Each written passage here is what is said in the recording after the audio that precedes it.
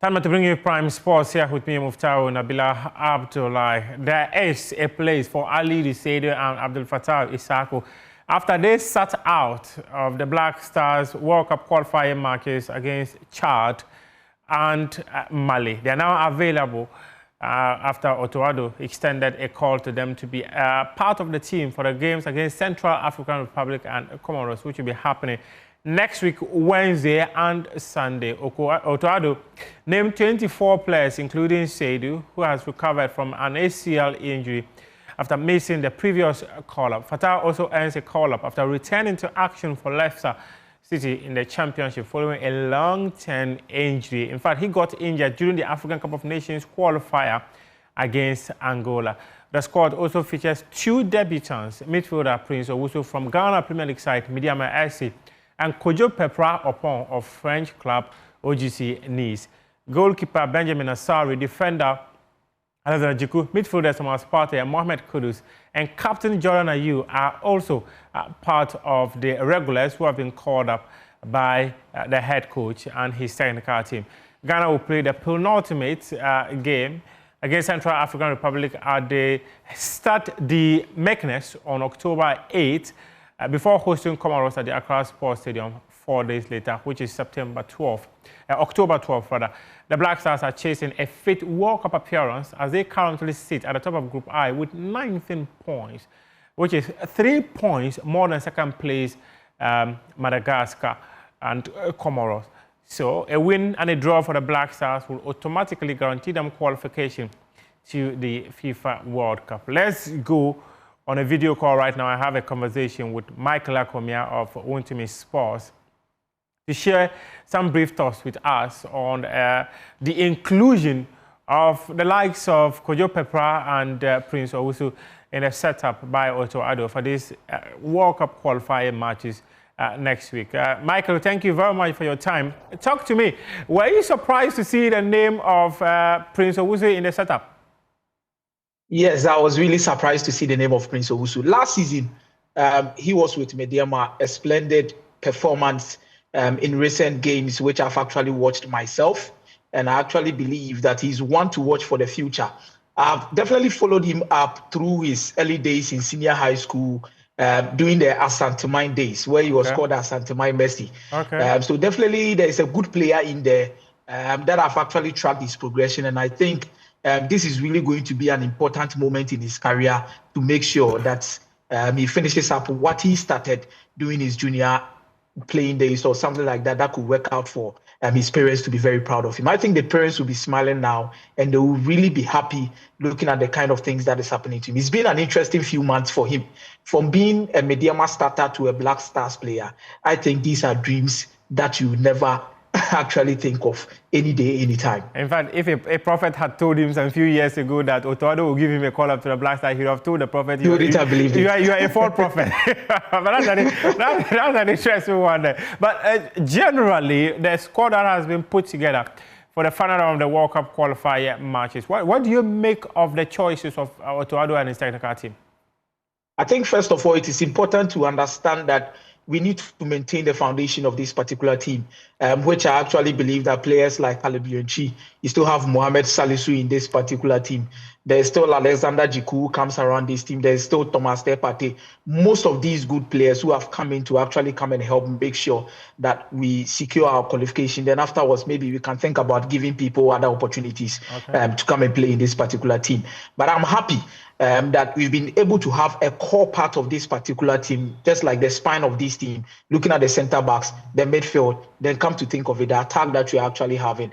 It means there is not so much changes that is going to happen in this particular team, but definitely an important factor in terms of competition to make sure that we bring the best out of every single player who is going to be on the field. So I'm happy to have players like Ebenezer Annan coming back into this particular team.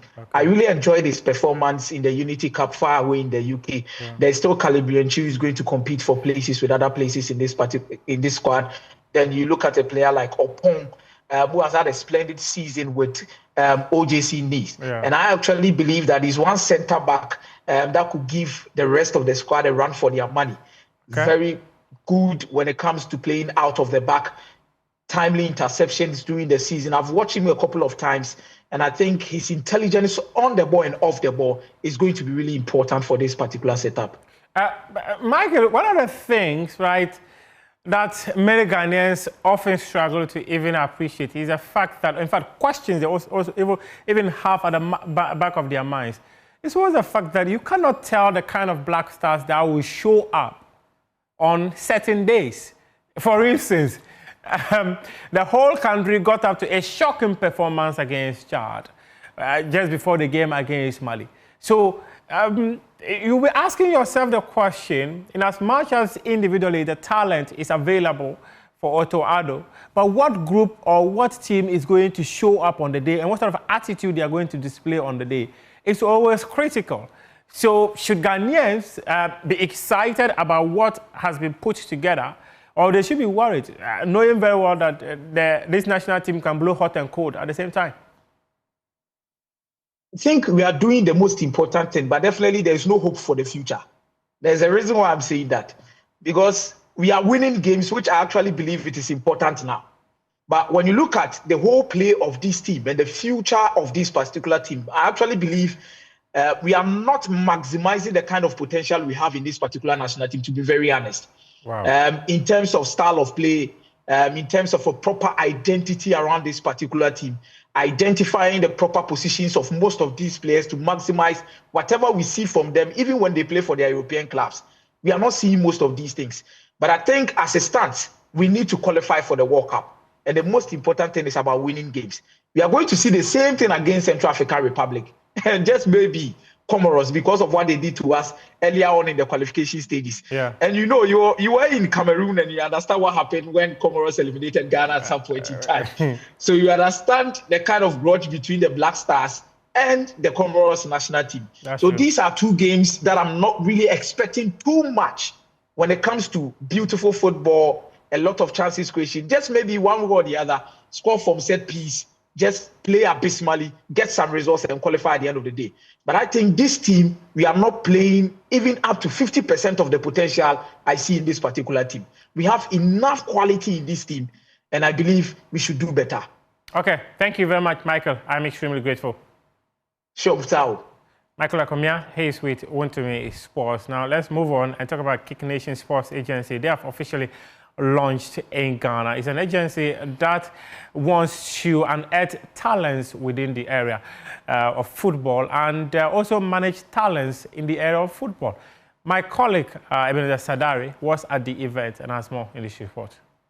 Wednesday, 1st October 2025, Kick Nation Sports Agency was officially launched. The launch was a star-studded affair with former Black Stars players Asamoah Gyan, Balfour Gyan, and Emmanuel Jimambedu, as well as members of the Black Stars technical team, John Pencil and Fatawu in attendance. The event, held at the Silicon House production, brought together football administrators, former footballers, investors, FIFA licensed coaches, scouts, agents, and sports journalists. At the launch, Unam Haruna, CEO of Kick Nation, who was also celebrating his 20th birthday, outlined his agency's vision for providing a development platform for footballers at all stages of their careers. I'm fortunate enough to come from a football-loving family who already invests in football. But my mind to actually step in the limelight is just the driven passion and joy I get from helping people. There are many players like Isaac, Fatawu, very soon Smiler, that will be going to Europe and outside Europe to like make a name from this for themselves and also Ghana. So that basically inspired me, and I hope I can do it and improve, not just for myself, but to also get good talents for the Ghana football industry. In a sense where most of the players are going to get, we don't just export them to Europe, we also take them to the Ghana leagues, the Brekum Chelseas, the Hearts of Oak, and so on. Asamoah Gyan, the former Black Stars captain and all-time top scorer, expressed his support for the initiative. Kick Nation, what Kick Nation have started is a great thing. You know, personally, I like to support great things. And me being here, I was invited, I asked questions, and what I saw was something incredible. So that is why we are here to support. Not only me, we've got my colleagues here, Sadiq is here, support all the FIFA agents, everybody. Inshallah, everything will be fine. We wish him luck. And personally, I will write my application to work with you. Thank you.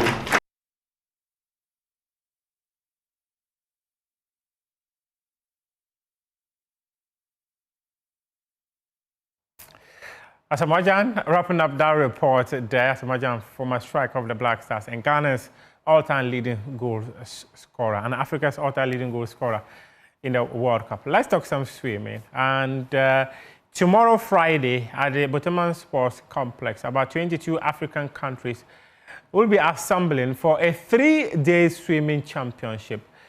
Well, Ghana, the host nation, its planning is led by Dr. Frederick Boama. He is the local organizing committee chairman, and he joins us on the phone right now for a conversation as we build up to that championship. And in fact, we have already spoken to Dr. Boama a couple of times, but now the event is starting.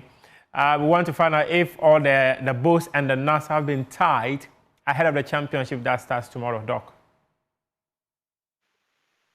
Good evening, Muftau. Good evening, Doc. Thank you for yet another opportunity to talk about swimming. Thank you. Thank you for joining us. So the question I asked was whether the bows and the knots, everything is now ready for the championship tomorrow. And why we must all be there. Okay, thank you very much. So tomorrow, Friday the 3rd of October, we are expecting Ghana to be at Boteman Aquatic Center. Okay. Because Ghana is hosting the rest of Africa, involving 22 countries. Currently, we have 19 countries who have landed in Accra. Okay. They've had 2 days of familiarization with our pool, which is an Olympic pool, Olympic standard pool. They've all returned home and are currently resting, getting ready to entertain us and perform at their highest best tomorrow, 10 a.m. sharp. Now, we are currently there in terms of preparation. Okay. We are putting final touches to our preparations as an LOC. And even though you may be used to Boteman, when you get here tomorrow, you'll be amazed what we've done with the place. So it's going to be exciting, it's going to be competitive, and it's going to be very entertaining. What are the highlights that people should be looking out for in this aquatic swimming championship? So we have 3 days of intensive competition, cutting across multiple events in swimming, all the way from the 50, that's the sprint event, to the mid-distance events as well as endurance events. Okay. Now, for tomorrow, our sessions are finished. The morning session and the evening session. At 10 o'clock and 10 o'clock. Then we break for the swimmers go take that and return for finish session. And our set of is the Costa, the Republic of Ghana, and be joined by dignitaries from Africa, Zone 2, as well as domestic city in Ghana. So we that is going to be highly attended by these who have been agreed through their weight trying swimming, so we can elevate women in Ghana the highest standard. From the Ghanaian perspective, are there some swimmers we should be excited about coming to the aquatic center tomorrow? And in fact, for the rest of the weekend? Yes, definitely. So the Ghanaian team consists of the junior team as well as the senior team. Okay. So as I mentioned the other time, when we talk of the junior team, from the female categories, we have sensational swimmers like Meg, Mercedes, and Jada, who take medals last edition. The time for, like I said. Okay. Now, for the male side, you have come back. You have Michael Mann. You have one of the youngest swimmers we are going to start this year, or Yamin, 12 years. So, the Ghanaian well represented both much and much. For the senior team, you have swimmers like Giselle, you have Nubia, and for the Abeku and his group. Abeku is in the senior category, the men. Abeku, Harry, Snowden, and all the senior teams men that we have. So, I mean, the Ghanaian team, as I said, is very well represented by both experienced and up-and-coming swimmers. And they are going to make the nation proud. So we expect your support to come and cheer them on. Thank you very much, Dr. Frederick Boama. We are extremely grateful. And we wish you and your committee the best as you put together one of the best continental swimming championships ever witnessed. I remember about a year ago, Ghana hosted this event, and Ghana again is the host for this year's championship. Doc. Dr. Frederick Boama is the local organizing committee chairman for the aquatic swimming championships. And let's move on and take our attention now to Germany, where the Bundesliga football is returning after UEFA Champions League football. We've been joined by my colleague, Daniel Barcelona, from our partner station, DW. Daniel, just a few days ago, we were talking about the performance of the teams before the UEFA Champions League that happened on Tuesday and Wednesday. And we are back to talk about what is actually going to be happening this weekend. It's match day 6 in the Bundesliga. The likes of Inform Borussia Dortmund, they will take on RB Leipzig, and they appear to have gotten back on track after their thrashing against Bayern on match day 1. So, talk to me. What are we to expect from that one?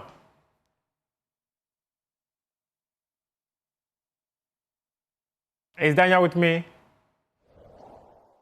Yeah, this is definitely set to be a mouth-watering clash in the Bundesliga. Of course, Dortmund coming into this one on good form, only conceding on match day 1. They actually are on an unbeaten streak of 13 games in the Bundesliga. That goes back to last season, of course. So looking to continue on their good form. Also, they really need to keep the pressure on Bayern Munich at the top of the table if they want to have any chance of setting up some sort of title race. Dropping points at any point is going to be very difficult, because at this point, the way Bayern is it's very difficult to assume that they're going to be dropping points anytime soon. Now, that being said, they will be coming off midweek Champions League, which is a little bit difficult for teams. We've talked about it before, how they don't have that much time to recover. They don't have that much time to regroup before the weekend, but nonetheless, they do have no choice.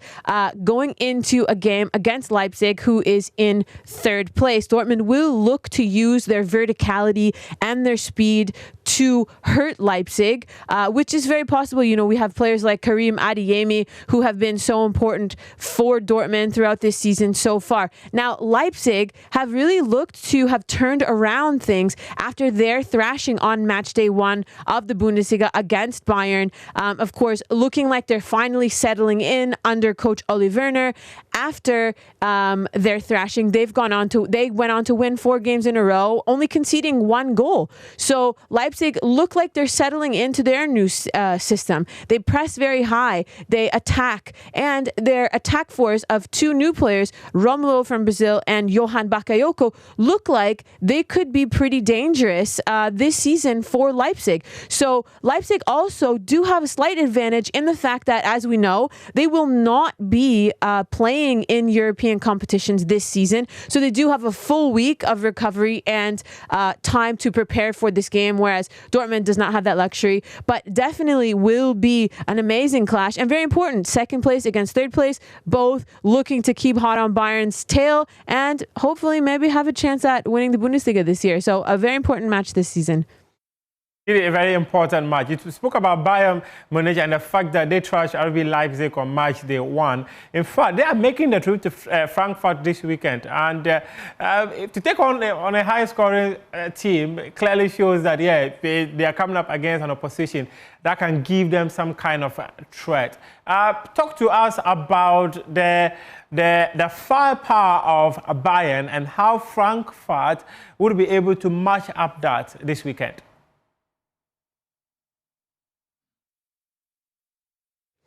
Definitely. This is also another big match this season. Bayern Munich, of course, we talked about them so many times before, how good their start has been to the season. After the first 5 match days, they scored 22 goals. They have the best attack in the Bundesliga and also the best defense. So they score a lot of goals and they don't concede very many goals. Only 3 goals against so far this season. Harry Kane and Bayern's attack firing on all cylinders. We talked about Harry Kane. He reached his 100-goal milestone for Bayern Munich. So very, very difficult. Now, Frankfurt also have shown that they do and they can score a lot of goals. They can be very dangerous. They're very vertical. They're very dangerous in counterattacks.